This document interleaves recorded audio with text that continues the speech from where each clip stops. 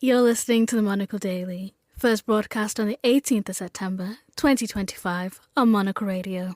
Earth's most powerful individual continues getting even with comedians who said mean things about him on television.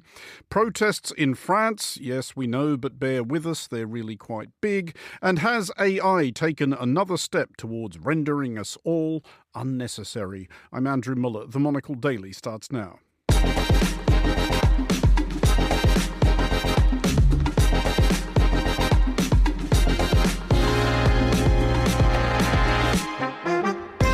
Hello and welcome to the Monocle Daily, coming to you from our studios here at Midori House in London. I'm Andrew Muller. My guests Marta Lorimer and Marian Messmer will discuss the day's big stories, and we'll hear from the author Matthew Ford about his new book looking at how the smartphone enables all of us not to just watch wars up close, but potentially participate in them. Stay tuned, all that and more coming up right here on the Monocle Daily.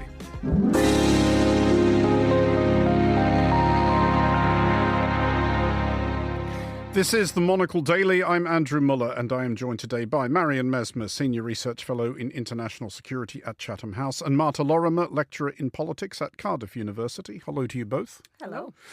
Marta, first of all, you return, pith helmet barely off, from safari. Yes, I just spent around 10 days in South Africa. 8 of those were spent in the Kruger, so I've seen all of the animals except for the cheetahs, but I saw 2 leopards. The cheetahs are hard to spot. They're famously very quick. Yes, whereas the leopards were really super relaxed and, they were enjoying a little bit of quiet time together. Did you enjoy the trip? Had you done something before? Because as we were discussing before we came on air, I did something similar many years ago on a travel writing commission from a magazine that I had never written for before and have never written for since. I am convinced that I was commissioned by autocorrect and they were too embarrassed to tell me that they'd offered the job to the wrong writer. But I thought it was a wonderful trip. It was to a reserve very near the Kruger in South Africa. I have to say, I found the whole thing... I thought it was going to be cool, like you would see lots of cool animals. I actually found it unexpectedly quite moving. Yeah, this is not the first time I've done this. I actually lived in South Africa as a child, so I did that as a child a few times. No recollection, not many recollections. And then a couple of years ago, we went to the Kruger again with my husband for our honeymoon. And we did this sort of safari experience in one of the reserves close to the Kruger. And that really made me want to just go back and spend more time and go there in the right season, because we went in December, whereas this is a really good season if you need to spot animals. And we're really quite happy with it.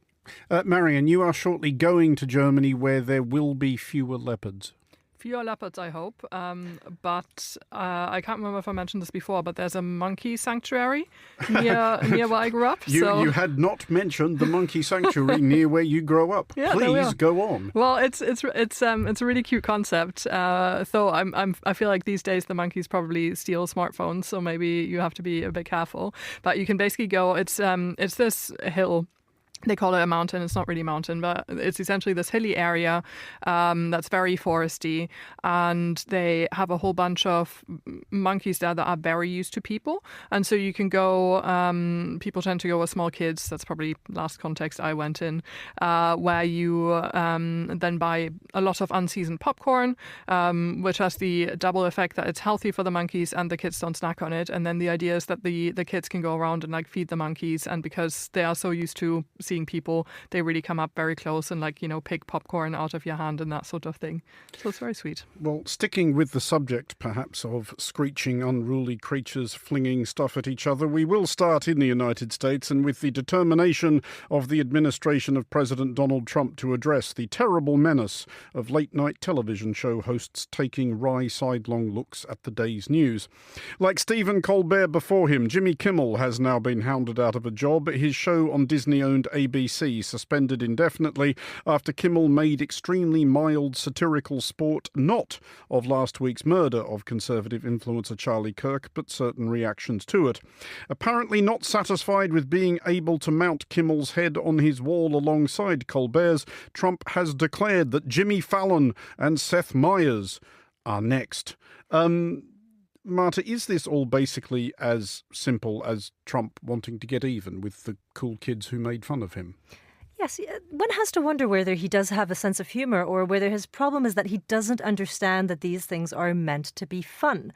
So there's one of the explanations is just that he doesn't really understand what's going on and is unhappy about it. The other explanation, which I think is probably the real one, is that Donald Trump does not like anyone who dissents with him, like most, we're going to call them authoritarian leaders. At which you can really only note, Marion, that he is in the wrong job in the wrong country. Yeah, certainly. I mean, if you think back, there's this theory that he was sort of first provoked to run for president when then President Obama made fun of him at a White House press dinner, right? So I think Marta is right that part of the challenge is that he's very thin-skinned. But I think the other huge part of the challenge is that it seems like there are certain right-wing parts of the Republican Party that are very willing to exploit that in order to preserve their power in what seems to be a very authoritarian playbook kind of a way. And that's actually quite scary because it suggests to me that even if you were to be able to replace Trump at a future election or on a future occasion, there might still be a significant part of the Republican Party that's actually quite okay with how things have become, and there being a risk that it actually significantly damages US democracy in the longer run. Marta, some of us are old enough to remember, by which I mean we have memories reaching back till February, when Vice President J.D. Vance came to the Munich Security Conference and yelled at America's European allies about their failure to uphold, the fundamentals of free speech. He is this week urging people to call the employers of wrong thinkers and attempt to get them hounded from their jobs. How is it possible, do you think, that someone like Vice President Vance, and I will extend him the credit of saying I don't think he is a foolish man, is able to keep both those thoughts in his head at once?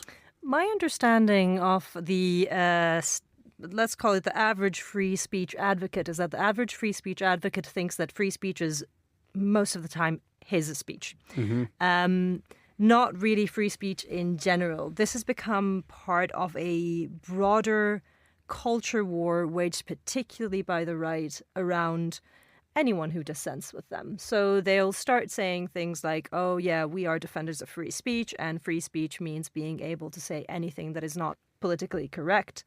And the point is that this discourse around free speech only applies to what they're saying. The moment you're saying something that goes against their own agenda, then immediately they are going to try and silence you. They are not really going to be engaging with this, and they are going to try and get you fired. So I think that what J.D. Vance is doing, I don't think he's a stupid man, but he's very much playing into this right-wing agenda of talking about free speech, but in fact meaning something quite different, which is all you can hear is whatever we have to tell you. Marion, how disappointed / surprised are you that so many media organisations and other entities, especially universities, have buckled before Trump's threats? And again, a reminder that we are, now only 8 months into this. There could be another 3 years, 4 months to go. The latest being this umpty-gajillion-dollar lawsuit, in inverted commas, he's launched at the New York Times. I do commend the full 85 pages to our listeners. It's available online. It is quite mad, and something I am old enough to remember is when newspapers got letters like that. They tended to be handwritten in green ink and would drift out of 8 or 9 different kinds of handwriting as they went along. But clearly he doesn't expect the New York Times to pay him $15 billion. What he expects is the New York Times to write him a check for several $1 million in the hope that he'll leave them alone. Yeah, I mean, it's incredibly worrying, and I'm really curious to see where organizations are willing to draw the red line, right? I mean, it seems to me that there is a sort of general cultural drift in the US where you also see a lot of self-censorship happening already, or a lot of appeals to a more a more conservative culture or whatever. Like, I don't know if either of you noticed, but a lot of pop culture in the US is all of a sudden about cowboys. Like, it's a real noticeable shift this year. And I mean, it seems really silly, but like, if you look at recent Netflix films, right, like a lot of them are set in sort of Southwest US, like on farms and so on. And maybe that's me sort of putting dots together I shouldn't be putting together, but it sort of seems to me to be a wider trend where you've got this cultural shift, and a lot of for-profit corporations are essentially trying to preempt where they think the taste is going to go and like what is going to be easy for them. But I feel like there's going to be a line somewhere, and it's going to come sooner for some organizations than others. I mean, a really good example, I think, is Target, that sort of preemptively gutted their Pride campaign and sort of was one of the first to get rid of DEI policies, and which is diversity, equity and inclusion policies in their workforce, and then ended up being boycotted for a few weeks, which was a boycott that was organized by some black churches that have a long history of sort of, organizing, community building and so on. And Target stock and Target revenue still hasn't recovered. So that's an example of something where Trump is not going to come to Target's rescue, even though they've done exactly what he expected. But it's had a real impact on their bottom line. So I don't know, I'm not sure how hopeful I'm feeling myself. Always depends on how things are going on a given day.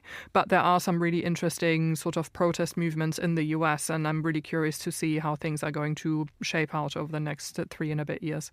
Marta, just finally on this one, is it too much of a reach to say that this crackdown upon the late-night TV show host is in itself an indicator of creeping authoritarianism? Because it strikes me in my own experiences travelling to and reporting from actually full-blown authoritarian states, the autocrat is very often, in fact, usually ridiculous, but autocracies are by definition completely humorless.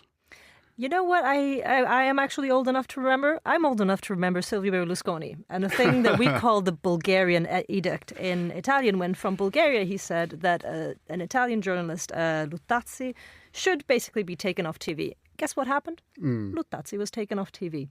And I think that this is really part of the authoritarian playbook. One of the things that you want to get control of is the free press. And satire is part of that. And I think that this is where I really agree with something that Marion said earlier. What's worrying is also what happens next, because this might last for, 3 years and however longer we have.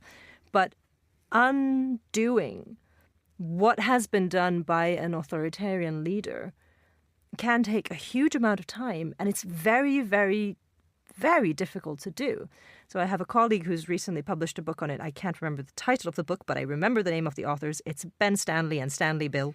I know Ben. He is a friend of both this presenter and this program. Exactly. And they've just written a book looking at the Polish case specifically and how difficult it is to undo anything that was done by the previous government.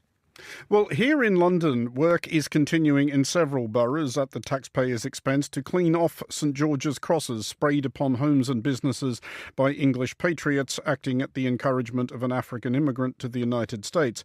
Possibly by way of response, London's Mayor Sadiq Khan has announced the release of another £900,000 of taxpayers' money in the service of his somewhat agonisingly named Loved and Wanted Fund.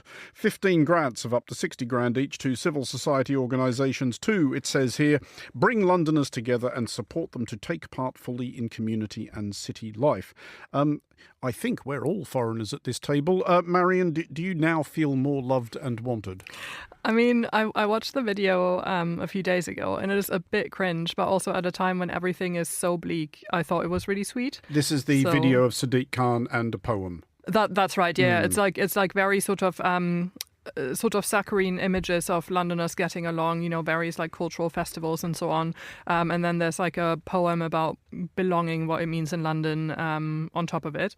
And as I say, bits of it are maybe a bit over the top. And like if you're very cynical, then it all feels a little too much. But at the same time, I think it is a lovely message that is very much needed. And it reflects much more the London that I've experienced in my time in the UK than the London of the Republican Party that's like full of no-go areas or whatnot, or the London of the right-wing march. So I do think that it's a lovely message at a time when we haven't got a lot of those. Marta, I think we should further acknowledge that foreign though everybody at this table is, I suspect, for some unimaginable reason or another, we're not the kind of foreigners that the people who marched in London on Saturday are really all that upset about. But did that march, as a foreigner in London make you feel sort of particularly anxious or no, anxious will do us? Because just talking to, various friends and associates of mine, a great many shrugged, as Londoners do, frankly, about most things.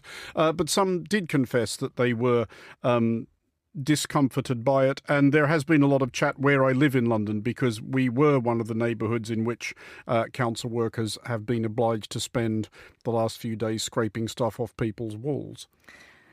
Yeah, I'll say I actually got British citizenship after living in this country for a very long time, because it's a place where I felt that even though, I came here as a foreigner, that I was welcome. And of course, you're probably right. I am not the kind of migrant that these people are concerned about, although I do have a PhD and I research the far right. You're in real trouble. So I'm kind of trouble. But I think for me, it was quite shocking to see the number of people that turned up, because I wasn't expecting such a large number of protesters, and I realize, this tells us that that they were organized on this occasion, and it is disturbing to see this happen in a city like London, that is, to me, a place that is really diverse and that has really gotten a lot out of that diversity, which is why I think, I haven't seen the video, so I don't know how cringe we're talking. But I think it's in a moment where politically no one is willing to say much about the good things that come out of migration, that it's good that someone is actually taking the time to get that message through, particularly in a place that really gains a lot from being so diverse. Marta, as we don't know yet what this new tranche of 900 grand will be spent on. The offer is 15 grants of up to £60,000 each. And to be clear, not just anybody can write off to the mayor and say, can I have 60 grand, please? You have to be an established civil society organisation, etc., etc. But does official encouragement like this actually help the process? Is proper social cohesion not the thing that just develops organically when people just live alongside and work alongside each other and realise it's basically fine? I think community building does actually take a lot of work, and it takes a lot of work in ways that perhaps happened a bit more organically in the past than they do now. And so I think, grants for grassroots charities and that sort of thing actually make a lot of sense, because those are often the organizations in the UK that provide, after school programs or, whatever it might be, like some sort of a cultural club or a cultural experience. And I think that's really valuable. And what we're seeing in communities where the sort of perhaps organic social cohesion doesn't necessarily happen as much anymore, because those kind of spaces have disappeared, or because, people tend to spend much more time in front of screens and are much more polarized and so on. I think having that purposeful engagement is really useful, and it can hopefully help with keeping London more cohesive and building these communities and making sure that people know each other in their neighbourhoods and so on. So I do think that's a really good initiative. Well, to France now, and to a larger than usual scale demonstration of the contradiction whereby France rarely seems happier than when given excuse or encouragement towards theatrical public complaint. Hundreds of thousands of citizens and tens of thousands of police officers have taken to the streets of cities across the country, apparently unhappy that France's fifth Prime Minister in the last 20 months is trying to explain that France's colossal public debt is not going to pay itself back. There also seems generalised annoyance with President Emmanuel Macron, who some are urging to call an early presidential election, even though he is entirely entitled to stay put until 2027. Marta, as far as it is possible to tell so far, does this look any more or less than just France being France? I mean, a lot of this is France being France, but it is also France being France in a moment, in quite a delicate political moment for the country, because right now we are dealing with a country that had an early election last year that returned a divided parliament. The reason they had this election was because they had a divided parliament before. The results didn't really help because it's even more divided than it was. And you have this moment of political instability where pretty much everyone agrees that economically speaking, there's an issue, that they have to deal with the budget deficit. But there are radically different views in terms of how is it that we're going to do anything about it.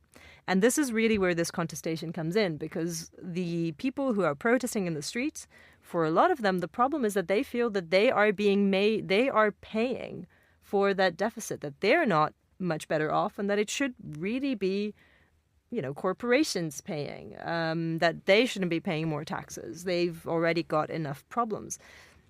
So I think in the sense it's a slightly different moment, because you have some fairly legitimate social grievances that are being expressed in the street, but politically speaking, there's not much that can be done about it because there is no functioning political power. Well, indeed not. And on that front, Marion, France Unbowed left-wing party, its leader Jean-Luc Mélenchon is already calling for a vote of confidence in the new Prime Minister, Sébastien Lecornu. He said, this is Mélenchon, let's just get it over with. Is this just nihilism, though, which there is a hearty tradition of on the French left in particular? I mean, not these protests, but recent protests were spearheaded by a movement which has coalesced around the name Block Everything. I mean, I don't want to be too glib about it because, as Marta said, this is really serious and could have really serious repercussions for Europe. But it sometimes feels a bit like we're all dealing with the same challenge at different points in time, and the sort of protest is kind of like jumping around Europe and then finding a national expression in a different country. And maybe it's just France's turn once again.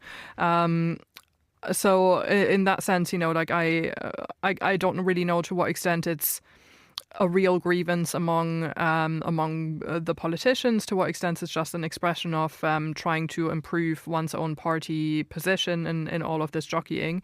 But what I'm just, forever concerned about in all of this is essentially to what extent far-right parties are gaining from it. And, I think that's for me, that's the worst spectre, especially when we're talking about France, where the right has massively surged, And so I think, like the common challenge of the high debt and the salami slicing of various social welfare nets and so on is something that we all need to figure out. And I keep wondering if there isn't some sort of a better solution that one could reach for, at least a more common solution, so that we don't end up in like the same position in a different European country or in several European countries sort of on a 6-month rolling basis, while there's also, the Russian invasion of Ukraine that rolls on and all of these other challenges that we're dealing with. But is there a wider problem, Marta, not just for the French government, but for all governments, that quite large and certainly politically crucial cohorts of the population have wound themselves up into a position in which you literally cannot tell them anything? Like in the French example, you cannot tell them, for example, that it is absurd that the pension age is 62, only now rising to 64, versus 67 in the Netherlands and Italy, for example, which I would say, with all due respect, that I don't have to sort of go to work and do hard physical labour day in, day out. But nonetheless, this is absurd. These are ages that were decided at a time when it was expected that most people would retire, have a couple of years state pension and then drop obligingly dead. They were never intended to underwrite 30-year-long holidays. It is a problem. I was recently reading another bit of research around sort of how elites essentially feel about their role and their relationship to voters. And this is a problem that they grapple with, where they feel that they don't have the power to do much, and what they can do does not match the expectations of their voters. And this is a serious problem. Because I think on the one hand, it's probably true that elites can do a lot less than they could before, because they are increasingly being limited by a variety of external constraints. So, if you're a member of the European Union, there are a bunch of things that you can't really do. And those constraints are real and they exist. And to some extent, they are there for a reason. But it's also true that it limits the amount of things that you can actually do as a democratic government. On the other hand, you have voters who may feel that, there are still things that they want, and that they don't feel that it's that much, that they have that much privilege in a way to justify the fact that you're trying to take them away from them. So it is, politically speaking, it's a very, very difficult circle to square, because and until you've worked out a way to do that, you are going to have massive issues in terms of people's levels of trust. Well, to now the latest step towards a brave new world in which programs such as this can be simulated with voice replication software, intoning the sorts of things that Monocle Daily hosts and panellists might have said. Perhaps indeed about events that never really happened and people who don't exist. Google DeepMind's AI thing Gemini has won a gold medal at a programming competition in Azerbaijan, elbowing off the top of the podium human programmers who found themselves stumped by a problem which Gemini solved.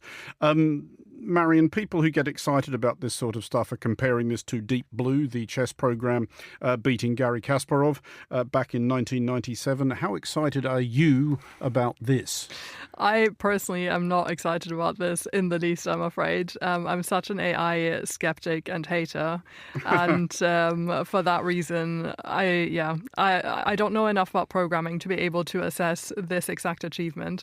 But whenever I've personally tried to use AI for anything that's like even moderately complicated, it's worse than any, human admin assistant or research assistant, and it doesn't learn from itself. So I always find myself correcting massive mistakes and so on, which is, to be honest, why I don't really bother in the first place.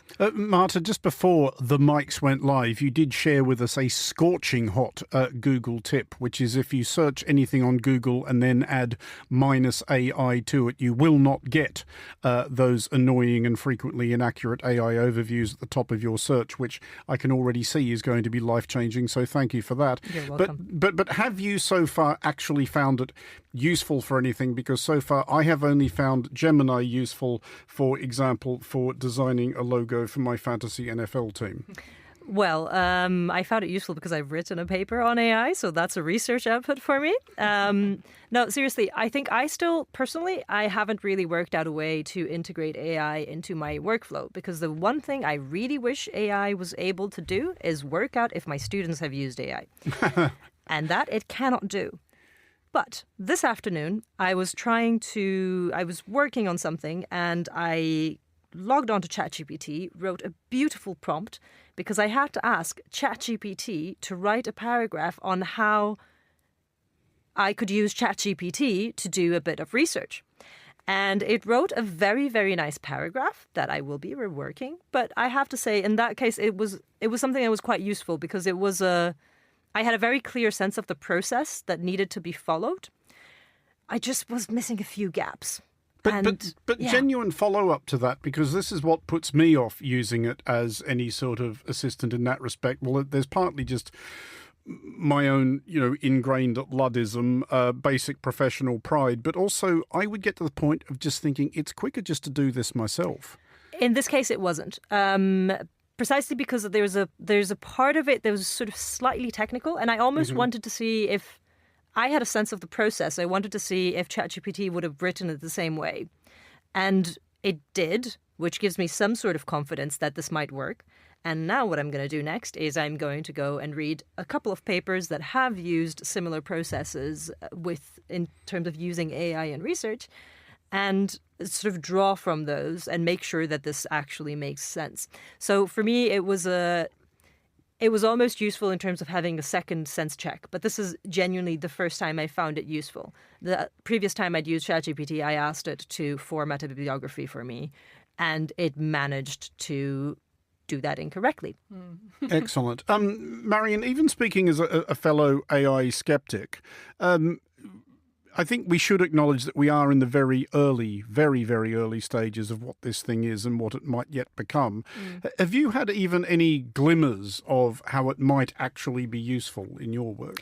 Yeah, I mean, I always want to really differentiate that between like AI as a concept and then large language models, right? Because I genuinely think large language models are not the best expression of AI. And I have come across really good, machine learning algorithm examples or whatever that do their specific job very well. And so something that I've seen that I found just incredible is I saw an output from a different organization, not my own, that had done a very in-depth literature review over a time span where I could only assume that they must have used a very sophisticated research support software that was bespoke. Like a large language model would have never done it to that level of accuracy, but they were able to accurately review and tag and categorize like hundreds of articles on a very specific subfield of international relations that would have taken such a long period of time had you done it with human researchers. But they did it in, like 3 months or something like that. And that was super impressive. And I think, if you have these like very bespoke software solutions that are targeted for a specific thing and well trained, then it works really well. But I just think the large language models, and maybe they'll get better, but I think for now the large language models just try to do too much and then kind of get it wrong and also lie to you about getting it wrong. Well, on that semi-hopeful note, Marion Messmer and Marta Lorimer, thanks both for joining us. Finally, on today's show, the device you probably have in your pocket, on which you may be listening to this show, is also, among much else, a portal into every current conflict. Any owner of a smartphone can immerse themselves in any war to a degree until recently imaginable only for people with access to satellites and intelligence services. But a smartphone is yet more than that. It is also increasingly a weapon. It can create and propagate disinformation that can cause havoc among one's enemies and control the drones which are becoming a dominant feature of modern battlescapes. All of which and more is considered in a new book by Matthew Ford, War in the Smartphone Age, Conflict, Connectivity and the Crises at Our Fingertips. I spoke to Matthew earlier and started by asking at which point the smartphone age of warfare actually began. There are lots and lots of antecedents, and a lot of people say to me that the smartphone is just like any other revolution in communications, radio, television, all that stuff. I think genuinely there are a lot of differences, mainly in terms of speed and scale at which some of these things can evolve on in terms of war and the data that you collect out of your smartphone. But evolution of these things start really during the war on terror, I think. Mm-hmm. You can see how mainstream media gets undermined as a result of people posting images of war on YouTube. It's an actual strategy that's employed by insurgents. The bomb is one thing, but filming it going off is another, right? But then when you can do that all from one device, you can literally take an image, post it, and all the rest of it. That technology started around 2008, but only really became, I think, widespread over the last 10 years, maybe. I mean, there are antecedents in Syria with Islamic State, but you can see a lot of these things really rather dramatically in Somalia and the Sahel, where people aren't really talking about this stuff, and it's gone sort of unnoticed. So what's happening in Ukraine, I don't think it's come out of nowhere, but we've just not thought about it in the way that we see it so dramatically over the last few years on our smartphones as we're going to work or whatever we're doing. So. But as the book makes clear, the smartphone, it's not just an incredibly efficient and arguably dangerous means of being able to collect and disseminate information very, very quickly. It is actually being used, especially in Ukraine, as a weapon of war. It has become literally a tool that soldiers are using. Absolutely. Soldiers, but also civilians, and that becomes a real problem because, when you're filming someone or filming an enemy column or something, you become a combatant at that point? And you are literally part of an extended intelligence collection exercise.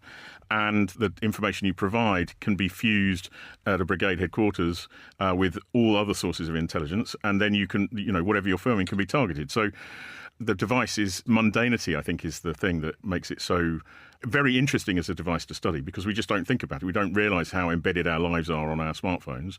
And then to think, we do these things ordinarily in peacetime, but then, there's a war on, and how much are things to really change under those circumstances? And people still connected and doing things on an everyday basis.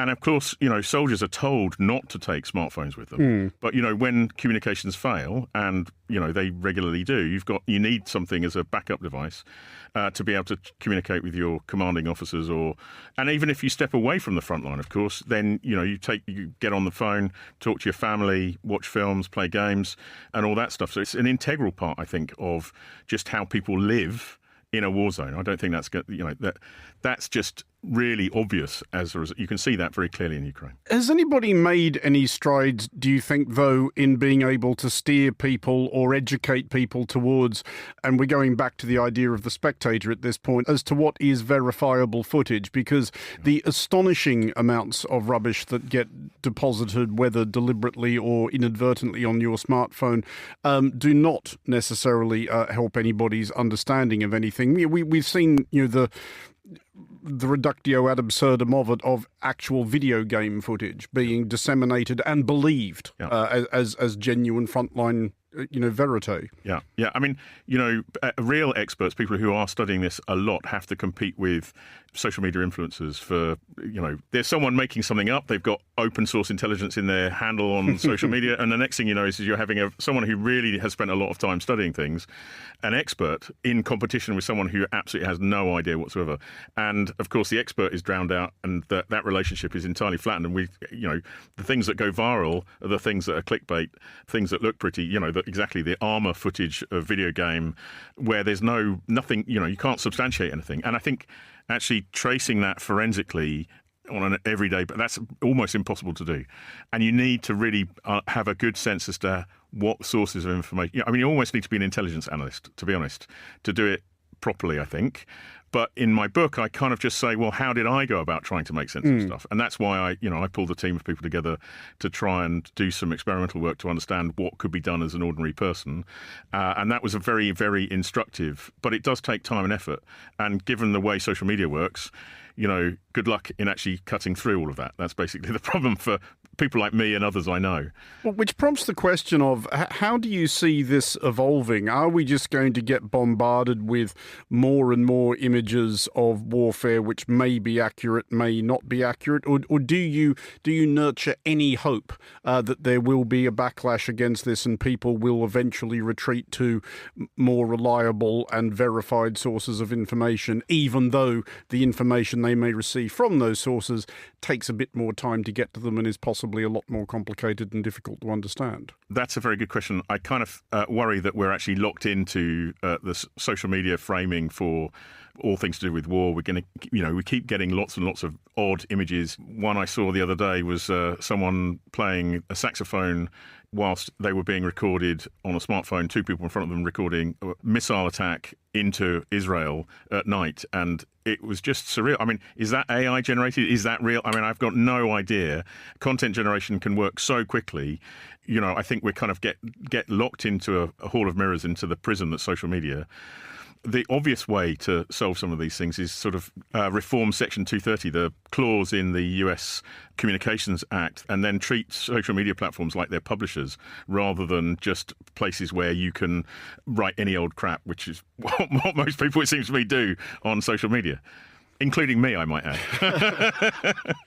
That was Matthew Ford. His new book, War in the Smartphone Age, Conflict, Connectivity and the Crises at Our Fingertips, is available now. And that is all for this edition of the Monocle Daily. Thanks to our panellists today, Marta Lorimer and Marion Messmer. Today's show was produced by Anita Riota and researched by Daniela Braw-Smith. Our sound engineer was Steph Chungu. I'm Andrew Muller here in London. The Daily is back at the same time tomorrow. Thanks for listening.